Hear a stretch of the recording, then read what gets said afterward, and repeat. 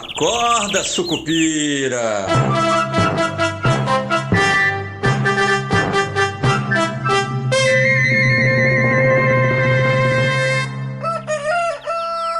Bom dia, pessoal. Sejam todos bem-vindos, sejam todas bem-vindas. Eu sou Rodrigo Oliveira, esse é o nosso Acorda Sucupira de 31 de janeiro de 2025, sexta-feira. E acabou um mês que promete ser bom para a Bolsa, né? Vou começar logo com... Aliás, o mês está terminando num tom positivo, otimista, né? Se até ontem, até quarta-feira, digamos assim, o tom era bem pessimista, ontem, Lula repaginado, um pouco mais agradável, digamos assim, pelo menos em direção ao mercado, né? Sem ser tão rancoroso e ranzinza, acabou ajudando, né? A bolsa deve fechar a bolsa subiu espetacularmente ontem, e deve fechar o mês em alta, o que não acontece há algum tempo e talvez seja o melhor janeiro desde 2022, né? Vamos esperar para fechar. De qualquer maneira, até aproveitando isso para avisar que hoje a nossa newsletter Esquina Sucupira é aquela edição especial Oráculo de Sucupira, né? Ela deve ficar com uma parte só para assinantes, tá? Pagos, mas é a nossa newsletter que dá um panorama mais geral aí sobre como se posicionar no mercado, que tipo de raciocínio você tem que ter a partir de agora, né? Mas vamos falar do que aconteceu ontem para esse otimismo, né, entre aspas aí, ter tomado conta do mercado financeiro, né?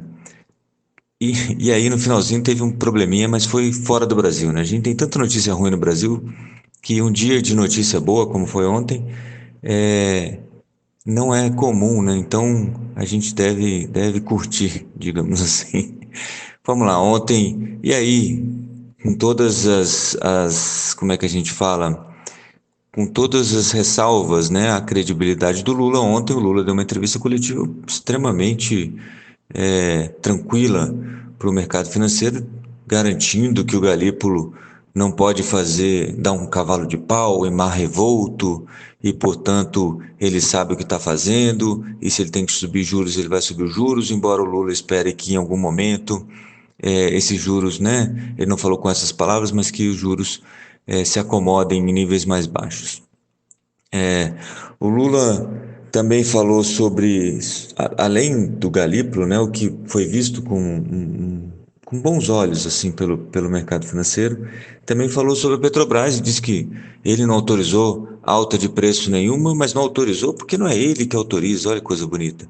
Isso é um trabalho da Petrobras, ele não fala sobre o preço dos combustíveis, e é a Petrobras que define. O Alexandre Silveira, ministro de Minas e Energia, ontem acabou dizendo que, aparentemente, o diesel deve subir aí cerca de 20 centavos na bomba em breve, né? A expectativa da maior parte do mercado é que isso aconteça lá para março, né? Então tem mais um mesinho aí de folga, mas pode acontecer antes. E esse anúncio, né, de aumento, embora não seja exatamente um anúncio de aumento, mas essa perspectiva de aumento ajudou aí a Petrobras a subir bastante também o preço das ações no dia de ontem, o que ajudou a Bolsa, lembrando que a Petrobras é uma das maiores componentes relativas aí no índice Bovespa, junto com a Vale, que também cresceu em cima da notícia de uma fala do Lula dizendo que a reunião com o CEO da Vale foi muito boa. E isso também ajudou aí as ações da Vale a subirem. A bolsa que ontem teve um volume financeiro alto, que é consistente, né? O que reforça aí de que essa alta não foi um acaso, né? Não foi uma manipulação, mas sim um pouco de uma mudança de tom, né? Além disso, né?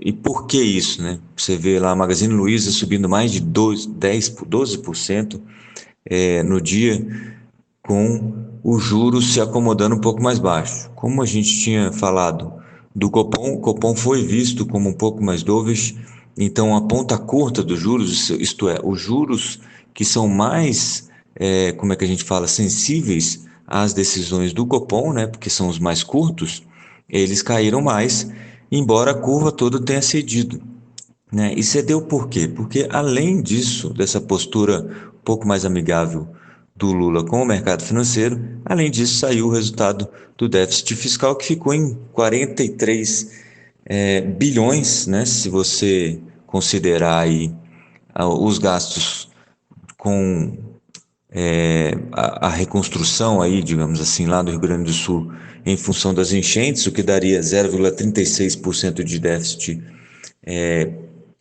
0,36% do PIB, né, de déficit, no ano que estaria acima do limite da meta fiscal, que era de 0,25% de déficit, mas como esse recurso não é contabilizado no resultado primário, porque assim foi resolvido, é, você ficou então com 11 bilhões de déficit fiscal, que dá 0,09% do PIB de déficit. Portanto, não é que o governo cumpriu a meta, né? A meta era zerar o déficit, mas o governo chegou bem perto, o que é louvável, né?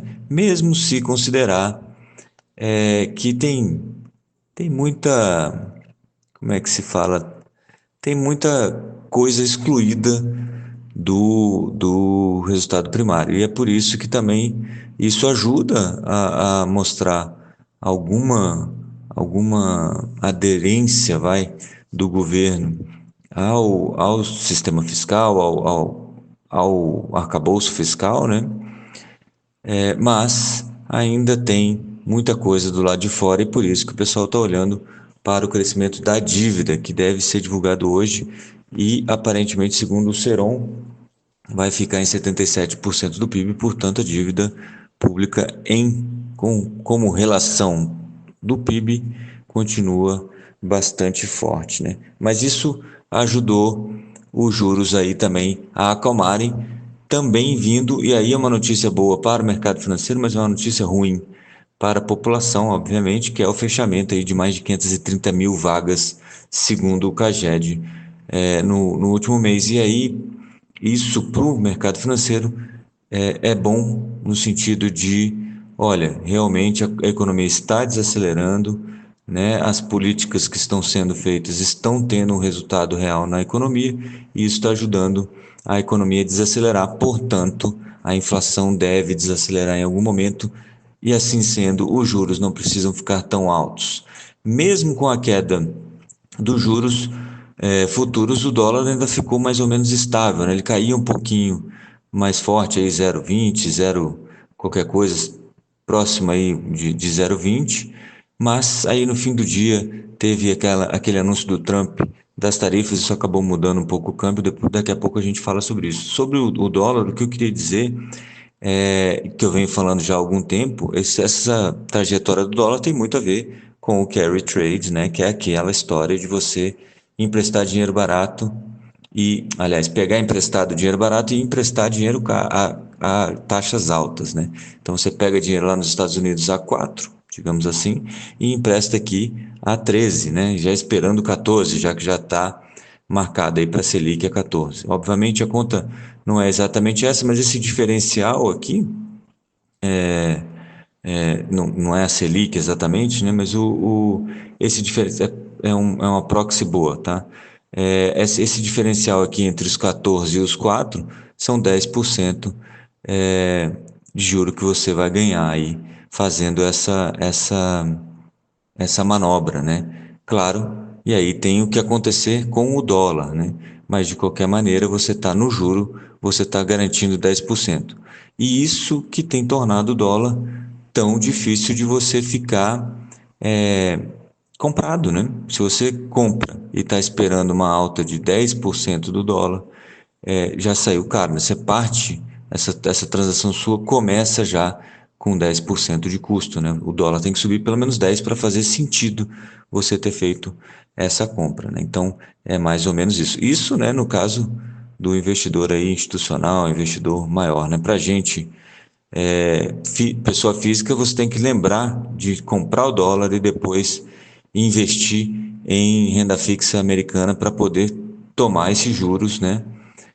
Americano também, que pode cair mais um pouquinho e deixar ainda mais cara a sua posição, esse carrego, né, que o pessoal chama, sua posição comprada em dólar, né? Esse carrego fica cada vez mais pesado. Por isso, então, o dólar também tá tendo essa trajetória de arrefecimento aí e o real se valorizando, né? Vamos ver como fica hoje, porque o dólar como um todo, né? O dólar como moeda de troca de todo mundo ontem se valorizou no fim do dia, quando o Trump, né, como eu estava dizendo, anunciou aí um aumento das tarifas para o Canadá e para o México, para o petróleo canadense e mexicano, para 25%, né? Mais ou menos como prometido, porque todo mundo esperava uma tarifa geral e ficou só para combustíveis, o que é de qualquer maneira, fortalecer o dólar aí. Por quê, né? Muita gente pergunta, por que isso faz com que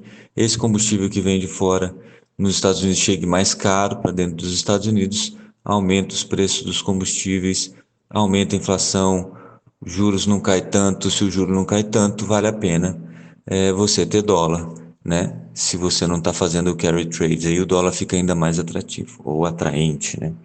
Digamos assim.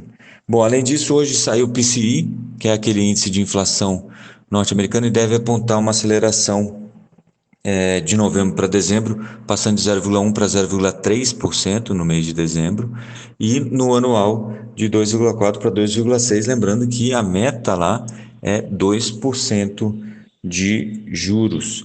Sobre tarifa, o Trump ainda falou que a China deve receber umas tarifas também, e depois ainda mandou o que me parece uma grande bravata, mas é aquela história de que se o BRICS tentar evitar o dólar, segundo ele vai colocar uma tarifa de 100% sobre os produtos dos BRICS, né?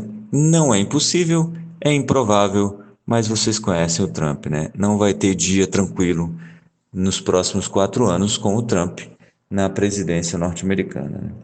Bom, sobre o combustível, que eu tinha esqueci de falar aqui, de qualquer forma, a partir de amanhã, o combustível fica mais caro em função do ICMS, tá, gente? Aqui no Brasil, 0,10 centavos, 10 centavos de alta no litro da gasolina, o esperado, e 6 centavos de alta no litro do diesel. Isso não tem nada a ver com a Petrobras ainda, que ainda deve anunciar aí, segundo Alexandre Silveira, ministro de Minas e Energia, um aumento no diesel.